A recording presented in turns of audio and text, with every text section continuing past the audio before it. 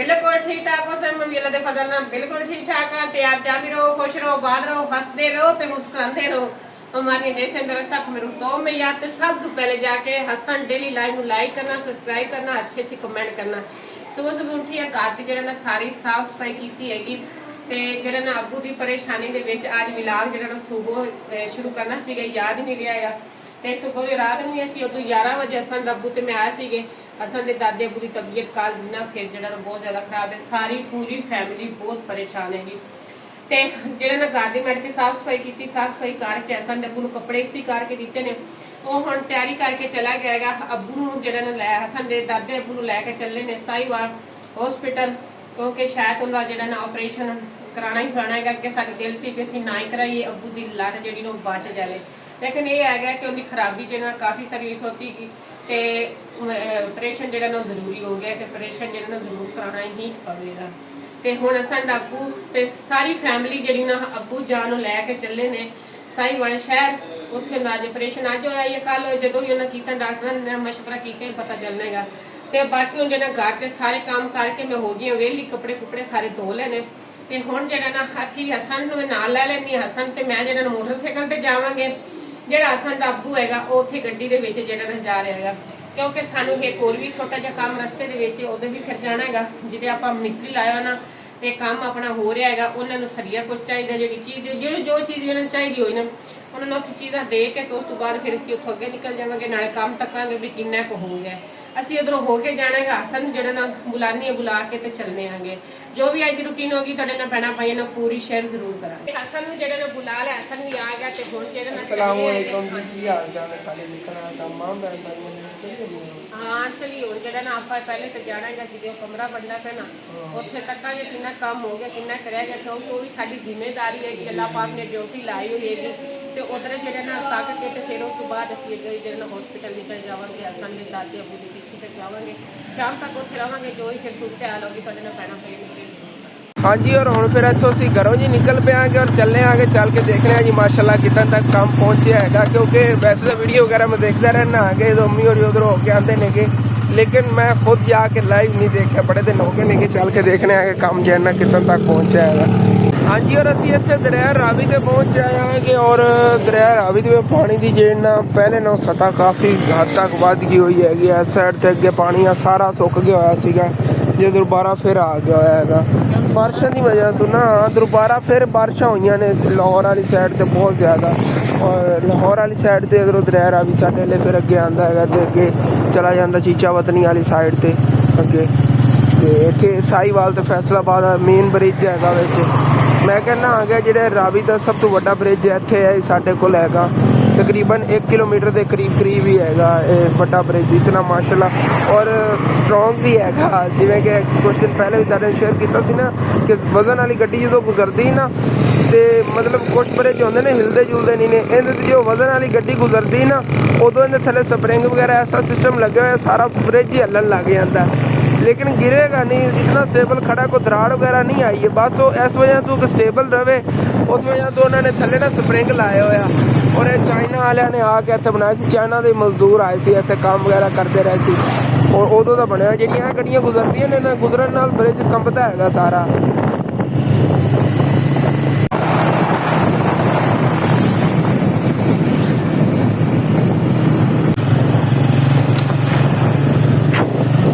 और माशाल्लाह जी चेक करो रावी के इलाके के नज़ारे माशाल्लाह कितनी हरियाली और खूबसूरती सामने चेक करो जी माशाल्लाह जानवर जो है चारा खाते फिरते हैं भैंसा और बकरियां जो है उतों घास चरदियाँ फिरदियाँ नहीं आम होंदा है रावी के एरिए ना बहुत ज़्यादा घास होंदा है माशाल्लाह और हरियाली देखो कितनी ज़्यादा माशाल्लाह। हाँ जी और इत्थे जी असीं आ गए आगे बाकी पानी वाला जो उवें ही खड़ा है ਇਸ ਪਾਣੀ ਤੇ ਅਸੀਂ ਰੁਕੇ ਹੋਏ ਸੀਗੇ, ਸੋਚਦੇ ਸੀਗੇ ਜਦੋਂ ਪਾਣੀ ਸੁੱਕੇਗਾ ਨਾ ਫਿਰ ਅਸੀਂ ਕਮਰੇ ਦਾ ਕੰਮ ਕਰਵਾਵਾਂਗੇ। ਲੇਕਿਨ ਭਾਈ ਸਾਹਿਬ ਜੀ ਇਹ ਪਾਣੀ ਤਾਂ ਹਾਲੇ ਤੱਕ ਨਹੀਂ ਸੁੱਕਿਆ ਹੈਗਾ, ਲੇਕਿਨ ਔਖਾ ਸੌਖਾ ਅਸੀਂ ਕੰਮ ਤਾਂ ਮਾਸ਼ਾਅੱਲਾ ਕਰਵਾਇਆ। ਕਮਰਾ ਵੀ ਜਿਹੜਾ ਨਾ ਤਮੀਰ ਹੋ ਗਿਆ ਹੋਇਆ, ਨਾਲ ਵਾਸ਼ਰੂਮ ਜਿਹੜਾ ਹੈ ਮਾਸ਼ਾਅੱਲਾ ਉਹ ਵੀ ਤੁਸੀਂ ਚੈੱਕ ਕਰੋ।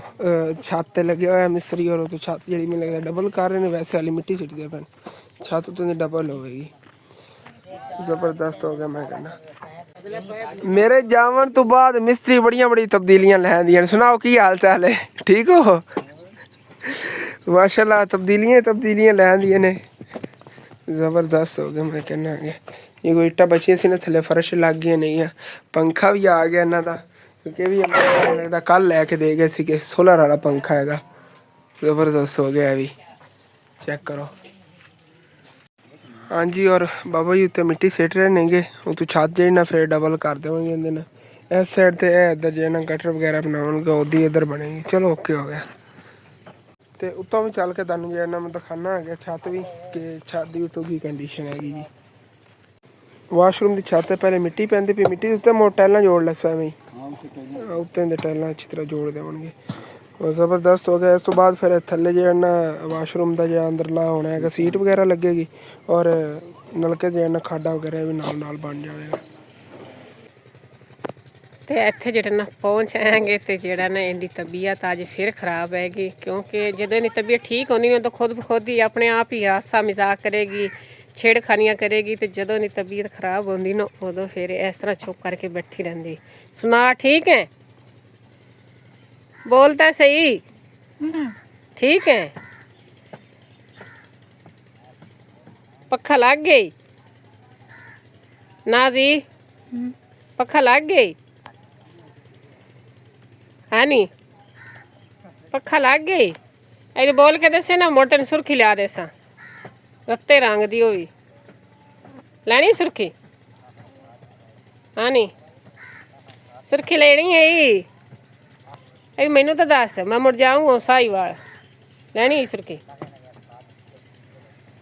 तो मिस्त्री भाई जो लगे हुआ छत जी ना अज वाशरूम की पाई ने तो डबल करके ना तो हुण तो मिट्टी पा के दुत्ते टाइलां जो वो जोड़ेगा। उस तो बाद फिर जो अंदर मैं क्या तुम सीट वगैरह ला के तो